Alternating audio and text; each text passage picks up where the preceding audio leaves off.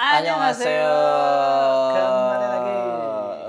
Apa yang akan Alika lakukan sebagai fans K-pop ketika Perang Dunia Ketiga terjadi? Ya, tetap nge-streaming. Apa coba yang bisa kita lakukan sebagai orang Indonesia? Tadinya saya mau tidur siang, Oh, tapi dimarahin sama Moti. gak boleh tidur siang. Apa kamu bayi? Aduh, kayaknya tapi bakal terdampak sih. Maksudnya ya gerinya amit-amit ya jangan sampai terjadi. Iya, Cuma kayaknya iya, Korea, iya. ya kan kalau penggemar K-pop ya Korea kan kiblatnya. Kalau Korea kayaknya akan terpengaruh sedikit sih. Iya, Karena kan iya, Korea iya, Utaranya join salah satu kubu. Oh, bener juga. Bisa jadi kan jadi memanas. Pasti ada aja yang terdampak Iya, gitu. benar.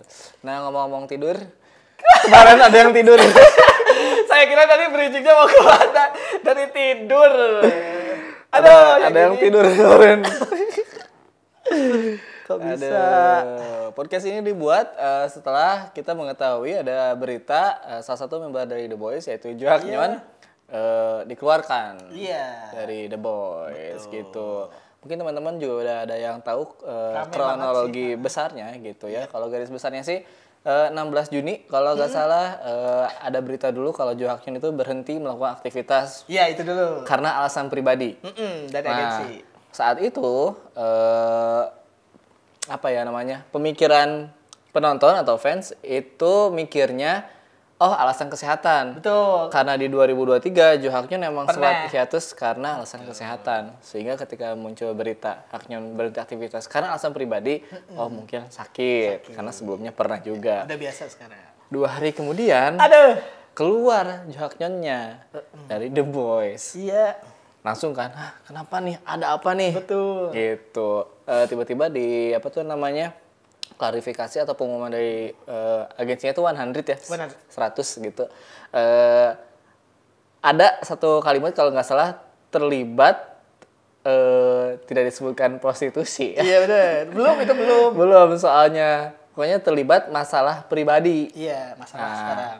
Akhirnya keluarlah dari situ. Iya. Jo Haknyeon. Tanpa kita belum tahu alasannya apa. Ada ini Kak sebuah media namanya Weekly Bunsun. Iya. Itu mungkin kalau di Korea kalian terkenalnya Dispatch. Kalau idol-idol Jepang tuh takutnya Weekly Bunsun ini. Nah itu. Si Weekly Bunsun inilah yang mengeluarkan berita bahwa Jo Haknyeon itu terlibat kegiatan itu. Prostitution gitu ya. Bersama mantan artis JAV. Yang saya pertama JAV apaan nggak tahu. Saya tahu lagi. Jadi kan saya riset. Bohong banget kalau orang Indonesia nggak tahu JAV kan cowok. Iya gitu ya. Nah dari situlah langsung kaget gitu kan. Apa benar Jo Haknyeon dikeluarkan karena hal tersebut gitu. Karena ya ini sesuatu yang ngagetin banget. Oke lah dia dating misalnya sama siapa. Betul. Ini mah kasusnya kayak gini gitu melibatkan mantan artis gitu film kan. Dewasa lah. Betul. Jadinya wah kaget banget. Langsung gak lama juga kalau gak salah Haknyeonnya ngeluarin surat kalau nggak salah tulisan tangan gitu ya. Iya, permintaan maaf dulu sebelum yang postingan. Intinya minta maaf karena sudah menimbulkan keributan mungkin ya. Tapi di permintaan maaf itu dia menegaskan bahwa saya tidak terlibat dalam prostitusi yang diberitakan. Masih menyanggah dia. Betul. Dan ya nggak apa-apa saya keluar gitu kan. Tapi dia menegaskan bahwa apakah dia terlibat atau tidaknya dia tegasin. Saya tidak terlibat katanya kayak gitu. Itu mungkin besarnya. Iya. Tapi kita kan biasanya tidak langsung puas. Apalagi sebagai netizen. Nah, langsung lah agak dikorek-korek di Twitter. Biasa ada yang ngeluarin kronologi yang lumayan detail.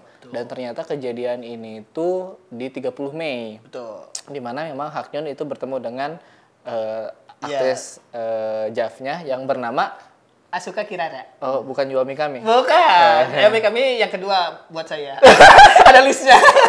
Enggak, Asuka Kirara namanya. Apa ya ada ya? Ini idol Jepang. Oh iya. Nah, habis itu di 30 Mei ini ketahuan Haknyeon, terus juga ada Asuka Kirara, kemudian ada desainer yang dari Jepang, teman desainer dari Jepang. Banyak yang terlibat. Terus cewek-cewek temannya Asuka Kirara. Itu tuh di 30 Mei itu tengah malam tuh. Betul. Mereka bahkan sampai minum-minum di 3 tempat.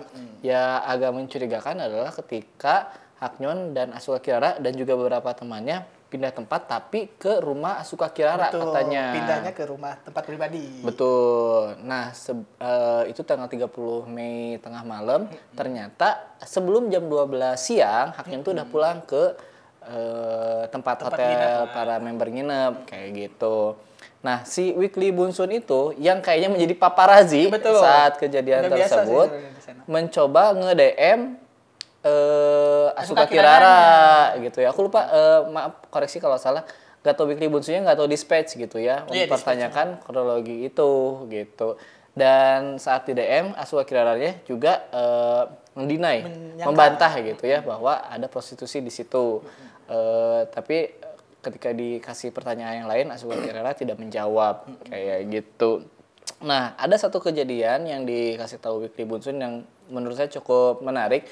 Ternyata Haknyeon sempat ngaku bahwa dia tidur sama Asuka Kirara ke staff kalau nggak salah mah gitu ya. Nah itu diklarifikasi lagi sama Weekly Bunsun, bener nggak nih kamu teh tidur karena kamu ngaku nih gitu. Ternyata itu teh buat keren-kerenan doang. Iya, biasa pamer ini kenakalan. Iya bener nih, aku udah ngomong ini nih gitu. Lo mau masih nonton ya? Nih belum udah ini gitu. Mungkin ya kayak gitu. Itu masih belum terbukti. Nah itu intinya. Dan ada ini sedikit intinya. Intinya kayak yang awal tadi bahwa memang ada pertemuan, namun dari pihak Haknyeon menyangkal bahwa adanya prostitusi. Betul. Ya intinya itu sih. Intinya itu bahwa tidak ada pertemuan namun tidak ada prostitusi. Tapi Haknyeonnya sudah dikeluarkan. Betul. Kalau saya mau menyerotinya ternyata ini informasi baru buat saya juga nih. Ternyata kalau di Jepang itu prostitusi itu ilegal. Makanya jadi rame banget tuh. Ilegal. Jadi emang aneh sih mungkin kalau dibuat nalar kita ya. Mereka tuh punya industri film dewasa. Ya maksudnya yang Jepang punya? Terus. Yang memang kegiatannya tuh ya kalian bisa bisa gitu ya. Tapi ternyata kalau prostitusi itu ilegal. Makanya kalau ada transaksi sama siapapun bukan hanya artis film dewasa juga, itu pasti bakal dikenai pasal buat ditangkap gitu. Makanya itu jadi sempat ramai dan Weekly Bunsunnya juga ini nyorot banget peristiwa ini karena ya emang ini bukan ke skandal artis, lebih ke emang ini teh ada tindakan ilegal karena jatuhnya ada transaksi prostitusi tadi. Makanya jadi rame dan di sana juga jadi perbincangan gitu. Iya. Ya, cukup mengagetkan kalau untuk berita yang ini karena biasanya ada yang dikeluarkan karena masalah ya mungkin dating atau mungkin dia juga ada masa lalu yang kurang baik gitu ya di mata netizen, akhirnya keluar. Ternyata ini keluar karena ada gosip kedekatan dengan mantan artis Cap. Tapi ini kalau keluarga Halilintar katanya dekat nih sama NCT Wiz. Katanya dekat ya? Ini ada yang deket banget nih. Deket banget ya. Collab bareng gitu bikin gila konten. Sih. Jadi ini NCT Wiz kemarin kan kalian juga tahu mungkin yang Dreamers ya. Dreamers NCTzen. NCT Wiz itu kemarin konser di Indonesia tanggal 31 Mei. Betul yang kemarin. Tapi Gen Halilintar ini sebagai influencer yang katanya diundang dari SM Town Indo collab sama mereka atau ya bertemu. Ini ternyata baru ngunggah kontennya kemarin.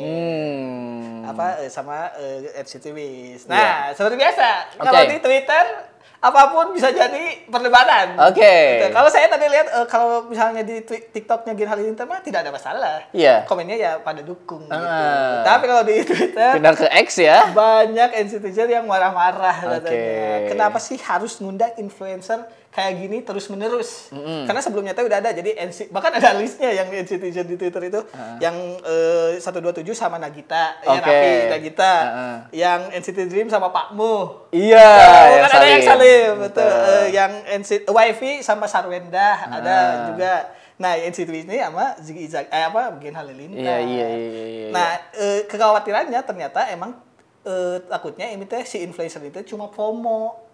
Karena ya si Gen Halilintar ada beberapa anaknya yang ikut collab gak tahu siapa member NCT Wish-nya. Ya Allah. Jadi dia teh dikasih photocard freebies dari fans, dia gak tahu, dia upload di story-nya, ini teh siapa ya? Dia gak tahu membernya. Oh my god. Terus ada anak cowoknya yang dari Gen Halilintar juga, dia upload story yang sama collab itu, tapi dia pakai lagunya NCT Dream. Bukan NCT Wish. Jadi kayak kalau di Twitter tuh apa ini mah FOMO doang. Jatuhnya jadi kan ini tuh kalau misalnya influencer gini untuk mempromosikan NCT Wish ini di Indonesia dong. Betul. Kalau jadi kayak gini mah ya jatuhnya pansos doang aja gitu kayak NCT Wish. Jatuhnya banyak yang minta kenapa sih gak Jerome Pauline aja yang udah temenan gitu, atau enggak ya yang lebih positif kayak Boy William segala macam gitu ya. Kenapa harus kasih slotnya ke orang-orang yang emang gak tahu NCT Wish gitu. Ngerti. Kalau saya sih di posisi ya artis K-pop di Indonesia mah ya comeback sama siapa aja ya bebas-bebas aja. Cuma tadi kekhawatirannya NCTzen itu kayak gitu. Iya, ngerti banget sih NCTzen pengennya kayak gimana ya, influencer yang nebeng atau barengan sama NCT itu ya yang ngerti juga. Betul. Gitu. Biar sama-sama enak promosinya gitu. Bener. Ini mah ada momen di mana si Gen Halilintarnya teh kita dari keluarga yang anaknya 11. Terus NCT Dream si NCT teh kaget, alah ya 11 anak. Padahal mereka juga kakak-kakaknya lebih dari 11. NCT secara keseluruhan. Iya, benar. Jadi kayak gak mismatch aja gitu.